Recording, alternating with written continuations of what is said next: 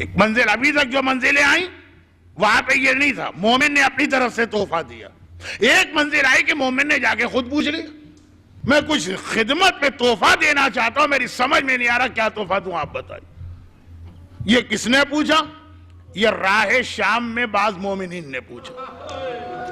مولا سجاد آپ ہمارے شہر سے گزر رہے ہیں، بڑی تمنا تھی ہماری کہ کبھی ہمارا آقا ہمارا مہمان بنے گا، ہم اس طرح سے خدمت کریں گے، ہم اس طرح سے خدمت کریں گے، ہم اس طرح سے زمین پر بچھ جائیں گے.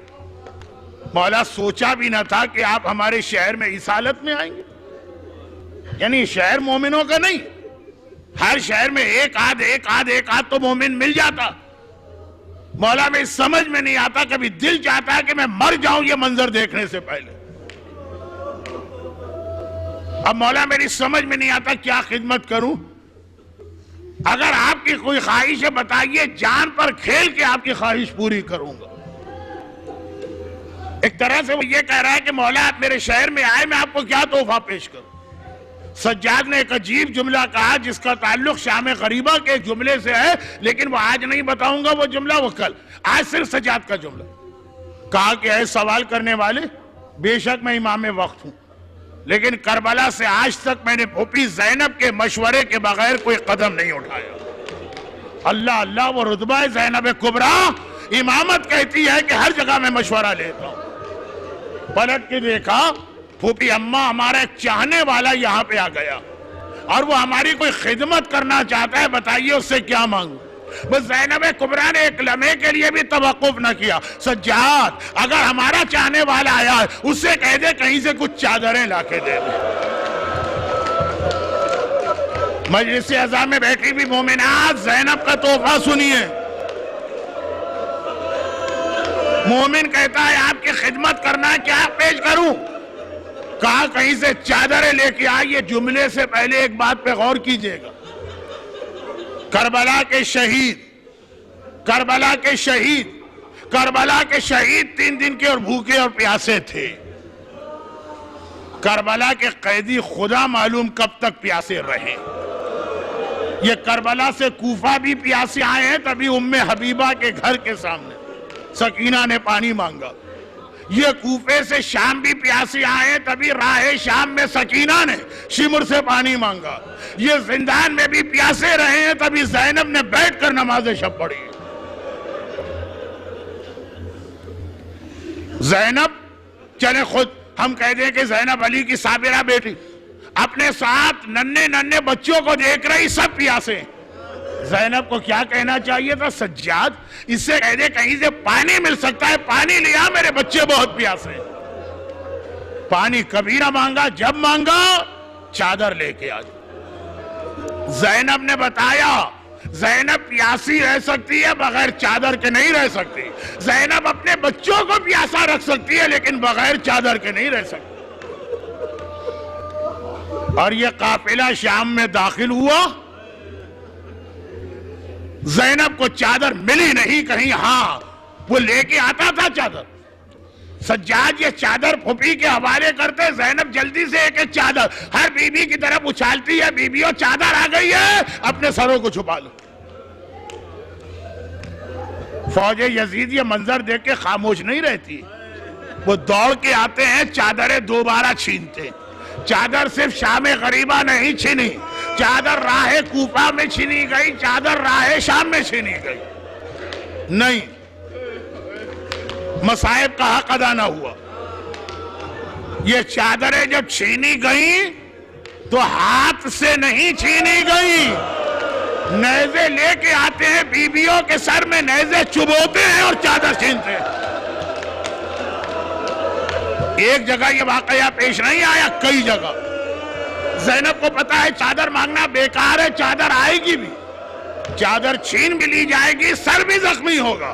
پھر زینب نے چادر مانگی، پھر زینب نے چادر مانگی، پھر زینب نے چادر مانگی، یہاں تک کہ پیغام دے دیا کہ میں نے دیکھا چادر چھن رہی. اچھا پانی مانگتی تو کیا ہوتا؟ پانی چھنتے چھنتے بھی 2 بچوں کی پیاس تو بجھ جاتی نا. کہا کہ نہیں، بغیر پانی کے زینب اور زینب کا گھرانہ رہ سکتا. چنانچہ جب کسی نے بعد واقعہ کربلا مدینے میں ایک جملہ پوچھا تھا، مولا سجاد ہے تو بڑی جسارت لیکن میرا جملہ نہیں ہے، غیروں کا جملہ۔ جب زینب کبریٰ شام میں داخل ہو رہی تھی تو زینب کا سارا سر زخمی تھا، سارے بال زینب کے خون سے رنگین تھے، زینب کے سارے بالوں میں خون لگا تھا۔ مولا یہ وہی خون ہوگا جو نیزے چبونے سے نکلا؟ نہیں نہیں، سجاد کا جواب آج کی مجلس تمام۔ مولا نے کہا میری پھوپھی کا سارا سر زخمی تو تھا مگر خالی یہ وجہ نہیں تھی، یہ تو تھی، اس سے اہم کوئی اور وجہ تھی۔ زینب شام میں داخل ہو رہی ہے سرخ بالوں کے ساتھ، زینب شام میں داخل ہو رہی ہے لہو بھرے ہوئے بالوں کے ساتھ۔ ارے آپ سن رہے ہیں، میں تو سوچ رہا ہوں آقا عباس جہاں یہ جملہ سن رہے ہوں گے آقا پہ کیا گزر رہی ہوگی، مگر سجاد بتا رہا نو کے نیزہ چبونے سے خون کم نکلا، کم نکلا۔ زیادہ خون پتہ ہے کیوں نکلا؟ اس سوال کرنے والے سے ایک بات اور پوچھ لینا، جب کربلا سے ہمارا قافلہ چلا تو بچے کتنے تھے، اور شام میں جب یہ قافلہ داخل ہوا تو بچے کتنے رہ گئے؟ راوی نے گھبرا کے کہا مولا میں نے سمجھا، اب جملے میرے ہیں مفہوم امام کا ہے۔ فرمایا قافلہ چل رہا ہے، نہ محملیں ہیں نہ عماریاں ہیں، بیبیاں اونٹ کی ننگی پیٹھ پہ بیٹھی ہیں، گود میں ننھے ننھے امام زادے ہیں، ننھے ننھے نبی زادے ہیں۔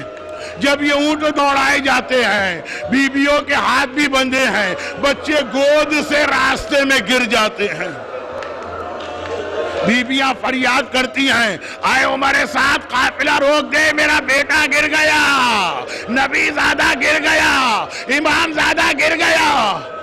وہ بے حیا کہتا ہے سپاہیوں انہی بچوں پر سے اونٹوں اور گھوڑوں کو دوڑا دو۔ ارے یہ ننھے ننھے نبی زادے اور امام زادے، خدا معلوم راہ شام میں کتنی قبریں ایسی بنی۔ زینب کبریٰ کو حسین نے اس قافلے کا محافظ بنایا تھا۔ امام فرماتے ہیں جب میری پھوپھی نے دیکھا یہ ظالم قافلہ نہیں روکتا ہے، اب زینب کا طریقہ بن گیا، جب کوئی بچہ زمین پہ گرتا ہے زینب بھی اپنے آپ کو چلتے اونٹ سے زمین پہ گرا دیتی ہے۔ عمر سعد کو زینب کو لے کے دربار یزید میں جانا ہے اور انعام لینا ہے، زینب کی وجہ سے قافلہ روکا جاتا۔ اللہ معلوم کتنے بچوں کو زینب نے اس طرح بچایا کہ چلتے اونٹ سے زمین پہ گرتی ہیں اور بچے کو اٹھا کے لاتی ہیں، یہاں تک کہ قافلہ شام میں گیا۔ جملے میرے ہیں مفہوم امام کا۔ راوی نے کہا لیکن مولا وہ مسئلہ تو حل نہیں ہوا نا کہ زینب کا سر کیسے خون سے بھر گیا؟ زینب اونٹ سے گری، بچے کو اٹھا کے لائی، میں تو سر کے بارے میں سوال کر رہا۔ وہ زینب کبریٰ شام میں داخل ہوئی لہو بھرے ہوئے بالوں کے ساتھ، سجاد کا جواب کیا ہوگا؟ ارے کس طرح میرے مولا نے کہا ہوگا؟ بھئی یہ سن لیجئے، ایک جگہ میں نے کتاب میں پڑھا ہے گرنے والا جب گرتا ہے ہاتھوں کو بڑھا کے سہارا لیتا ہے نا،